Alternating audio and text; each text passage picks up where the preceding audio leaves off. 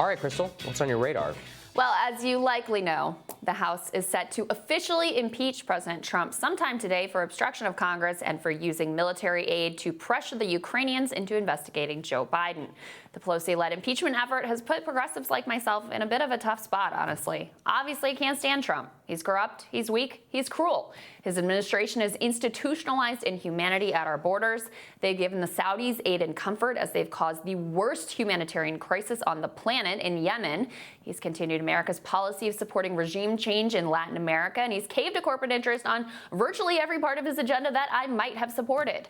But the impeachment crafted by Nancy Pelosi isn't actually about any of that.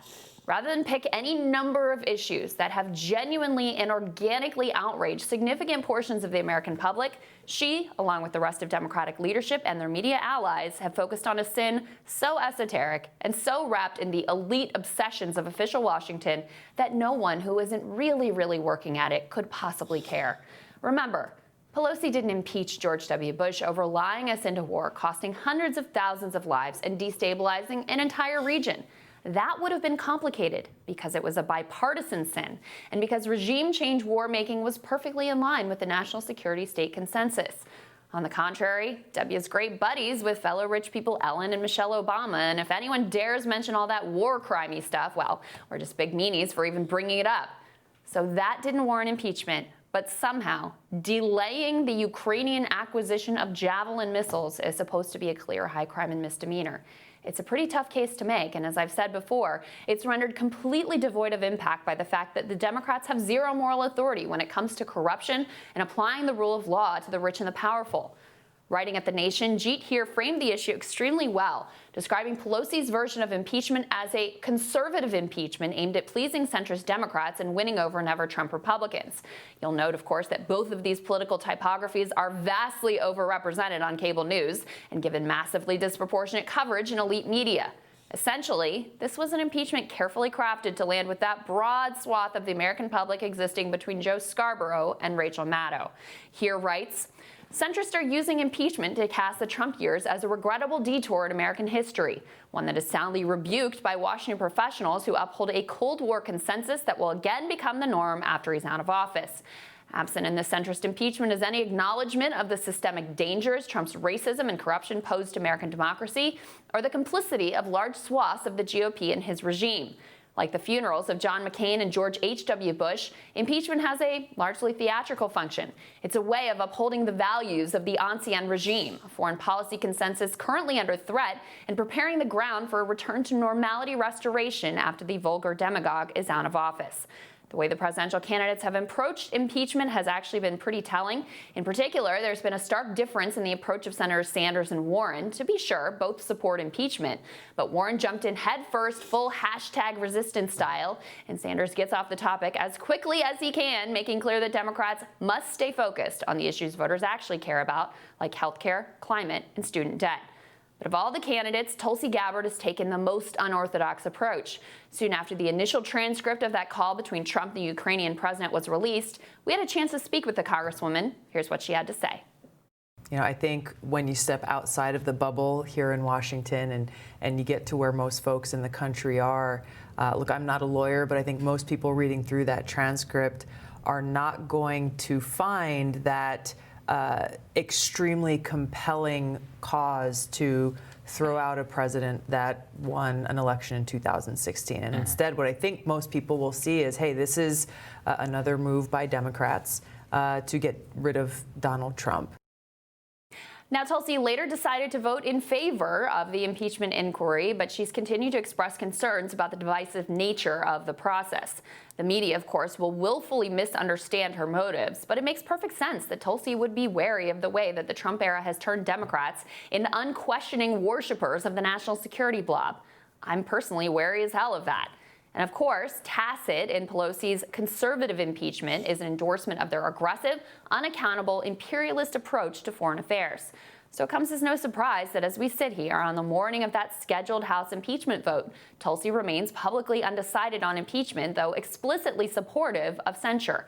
At a campaign event in South Carolina, she explained, I'm taking this time for myself to be able to review everything that's happened, all the information that's been put forward, and all the factors that go into really trying to figure out what is the best action to take for our country and for democracy.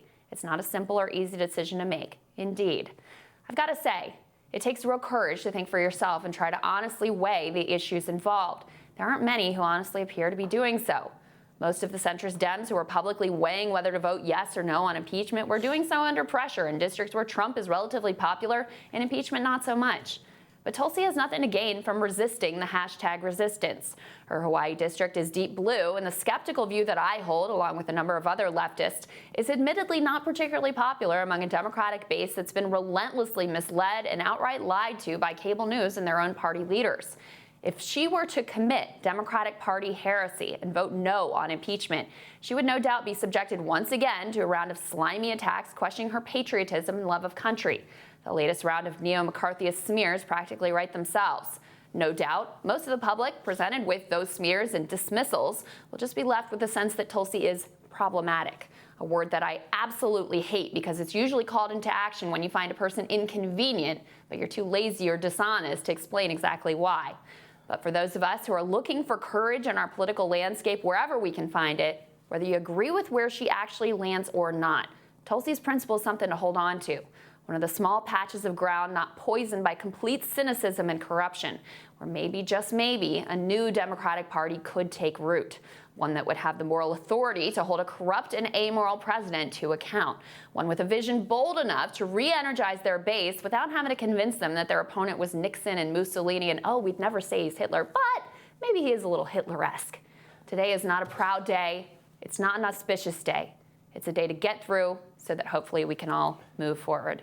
I think what's really lost in all of this is how little moral authority the Democrats actually have. People don't look at them as arbiters of what's righteous, what's corrupt, and what's not. Because look, Trump has taken the corruption to a new brazen level. That is certainly my view. But when you look at Hunter Biden sitting on that board making 50 or 80K a month, how do you think that these are the people to really hold an amoral president to account? Yeah, I mean, and if the cable news media really looked into this, this is the Democrats' version of a Benghazi hearing, right? It's the same thing. This obsession, they're trying to gin up controversy where the country is totally divided, when the real question is that they don't want to remove Trump from office, and they decided this was the way in order to do it. And the thing is there's no swath that actually appeals to anybody. And it's like you said, which is this is a day to get through, because I firmly believe after the trial, 2 weeks after the trial, we won't even be talking about it. No. And that actually is a sign of democratic and institutional decline,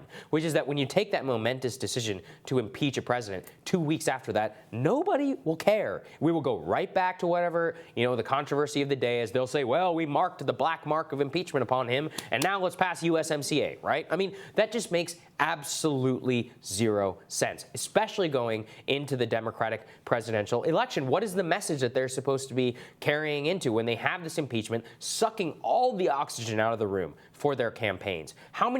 Look, tomorrow's the debate. How many impeachment minutes are we going to get there? Right. Probably 20 minutes, right? On a subject which they all agree. Right. Well, and here's what it actually reminds me of is more the impeachment of the 90s, where it's the same thing. Like, the American public didn't like what Bill Clinton did, right? It wasn't okay. They weren't okay with it.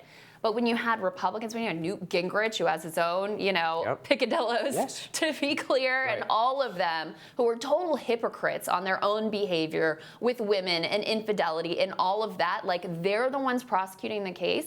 The American public was like, forget it. Because it's a power grab. That's the thing. It was so clearly a power grab. It was all just a power grab in order to try to remove Clinton, in order to defeat him. And people saw that for the political game which it was. That's what people saw the Benghazi hearing us. That's what people see the Russiagate thing. And that's how people see Ukrainegate, which is that they know that the underlying accusation does not meet the criteria for most Americans. And this is why this impeachment thing is fundamentally undemocratic. It actually does not have the large support which you need, really, which you had under Watergate, in order to actually try and remove a president. And when people blame the media, they're like, oh, if Fox News covered this fairly, then people would turn. That's not true, because if you even look at the Democrats and if you look at the Democratic base and all that, They might support impeachment. Where is it on their priority list? Right. It's like 15, 20th. They're like, hey, I want some health care over here. That's well, it. And here's the issue, too. Pelosi said at the beginning, when she was resisting the calls, she said she wanted to be bipartisan, right? The problem with that was any of the issues that may have garnered bipartisan support, and let's be clear, I mean, Republicans are going to protect this president because they're as much interested in the power game as the Democrats are. They're more sort of aggressive and clear focused in that, and they're better at seizing and using power, but both are focused on power ultimately. But anything that might have had bipartisan support, both parties are implicated in. So just like with the Iraq War and George W. Bush, they're not going to pursue that because it implicates their own side too, so they can't go down that path. There you go. Sagar, looking forward to what's on your radar. That's next.